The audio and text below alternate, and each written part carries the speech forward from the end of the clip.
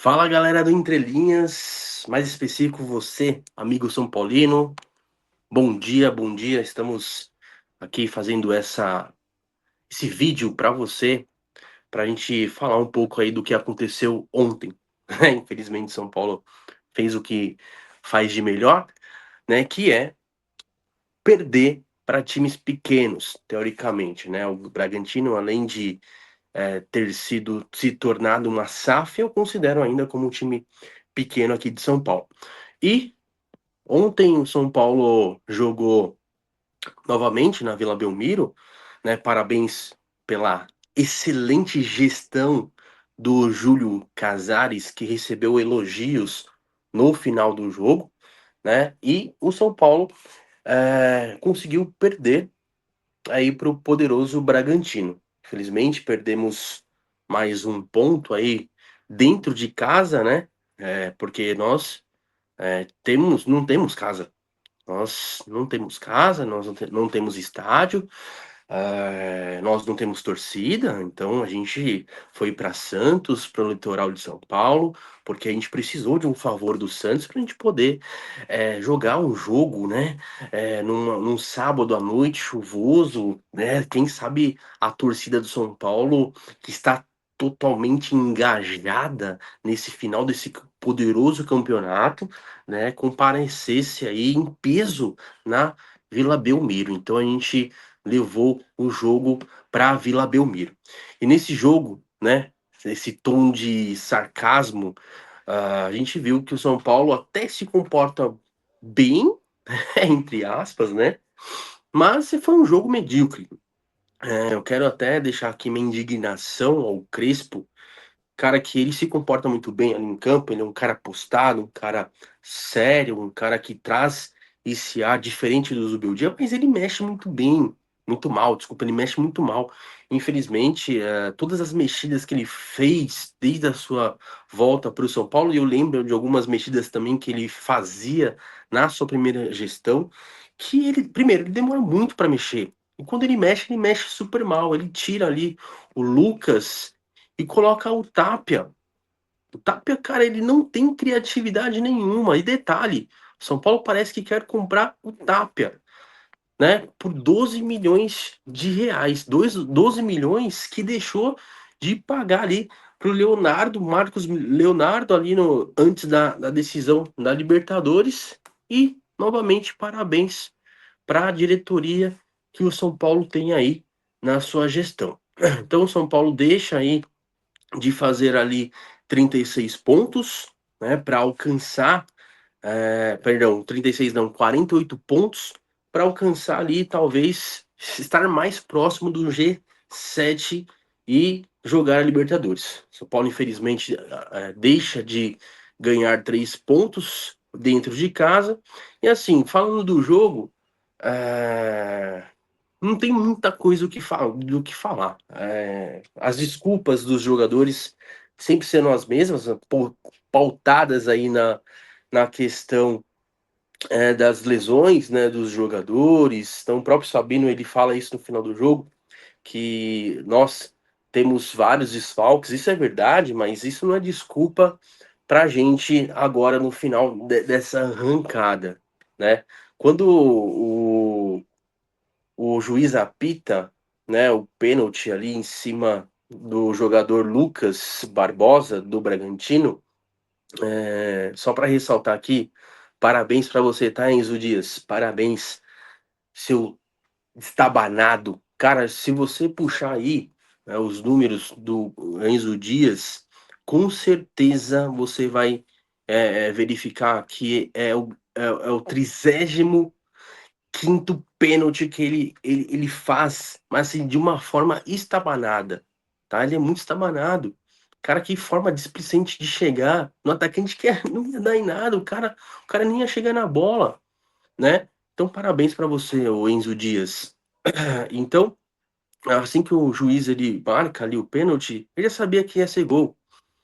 O Rafael, cara, Rafael, ele não é pegador de pênalti. E isso faz uma falta no São Paulo Futebol Clube. Então, o jogo foi exatamente assim, foi bem truncado. Tivemos ali uma chuva bem de leve, então isso atrapalhou um pouco a dinâmica do jogo. E o Bragantino arrumou um pênalti, né? Para mim, não posso falar se foi pênalti ou não, acho interpretativo, né? Mas assim como o Pablo Maia foi juvenil, né? O Pablo Maia que fez o pênalti no último jogo foi juvenil o Enzo Dias. Tá? Gosto do Enzo Dias, é um cara que se doa bastante em campo, mas ele é muito estabanado, né? Displicente. Foi o que aconteceu aí, né, nesse pênalti. E o São Paulo chegou poucas vezes ali na grande área do Bragantino. O próprio goleiro do Bragantino fez pouquíssimas defesas. E sobre o jogo, é exatamente isso. Eu vou dar aqui as notas dos jogadores que estiveram em campo. Eu vou começar aqui, primeiramente, com o Rafael, tá? Rafael, eu vou dar nota 4, né? Infelizmente, faz falta para o São Paulo Futebol Clube ter um cara que pega a pênalti. Ele vem bem, numa boa sequência, tá? Mas ele não é pegador de pênalti. Eu vou dar nota 4 por isso, tá? O Alan Franco eu vou também dar nota 4, não fez muito boas interceptações. Ele vem regredido aí em alguns pontos na, na zaga do São Paulo, então nota 4 para ele. O Arboleda nota 6, né? O Arboleda e o Sabino, os dois nota 6. Se tivesse ganho o jogo, daria nota 8. Mas, assim, não tivemos erros, né? O Sabino jogou bem. Muitas vezes ali ele assumiu ali até mesmo a posição de volante, porque ele faz muito bem isso. Chegava muito próximo da área do Bragantino, então nota 6 para o Arboleda e o Sabino, que vem bem nos últimos jogos. Porém, nesse lance aí, que foi um lance do Enzo Dias, a gente acabou tomando o gol. O Mike errou bastante ali, né? E ainda precisa ser maturado, né? Precisa um pouco mais de experiência. Então eu vou dar nota 5 pela participação, mas acho que ainda falta, tá? O Crespo, na minha opinião, deve deveria dar mais oportunidades para o Mike, que entrou muito bem no último jogo, né? E o Lucas, cara, o Lucas tá devendo, viu? O Lucas tá devendo, ainda não estreou em 2025, ainda não estreou, infelizmente, tá? E pro Lucas eu vou dar nota 4 porque ele tá entregando muito pouco. Bobadilha eu não gosto muito do Bobadilha, mas o Crespo adora ele, né? É o filhinho do Crespo, né? Bobadilha é o filhinho do Crespo. Então eu vou dar nota 4 para ele. Luiz Gustavo, eu gosto dele, mas ele já tá velho, né? É aquele carro antigo que a gente gosta, mas que dá uns BOzinhos. É o Luiz Gustavo. Ele chega muito bem na área do adversário, fez um belo gol aí nos últimos jogos que ele atuou. Mas é isso, cara. É um jogador velho, né? Nota 6 pro Luiz Gustavo. E o Enzo Dias, nota 0. Nota 0 pro Enzo Dias, né? Infelizmente, não fez uma boa partida, mas quem que tá no banco? Patrick Lanza. Aí não dá, né, bicho? Deixa o Enzo Dias. Vamos deixar o Enzo Dias. Infelizmente, errou. Foi muito juvenil. Luciano, nota 4, mesmo caso do Lucas, teve um lance ali que eles começam a discutir também.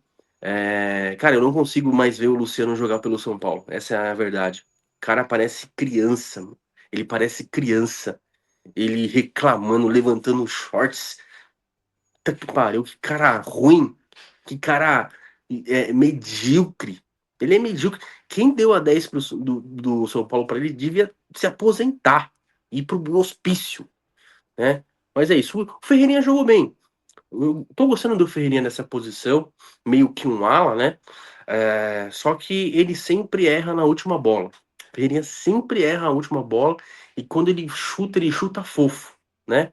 É o que a gente às vezes fala aqui, que o jogador do São Paulo, ele é um bom jogador, principalmente os jogadores da base, né? Mas quando você vê o físico franzino dos jogadores, é de ficar muito triste, é desanimador, né? Então o Ferreirinha, ele dribla muito bem, né? Ele faz ali algumas jogadas, mas a última jogada dele, cara, aí já é burrice, já é cognitivo, né? Mas ele também chuta muito fofo. Isso não ajuda o desempenho do jogador. Mas é isso, os jogadores que acabaram, que entraram, né? O Gonçalo Tapia, o Mailton, o Alisson, o Rigoni, cara. Preciso falar da entrada do Rigoni, lá ele.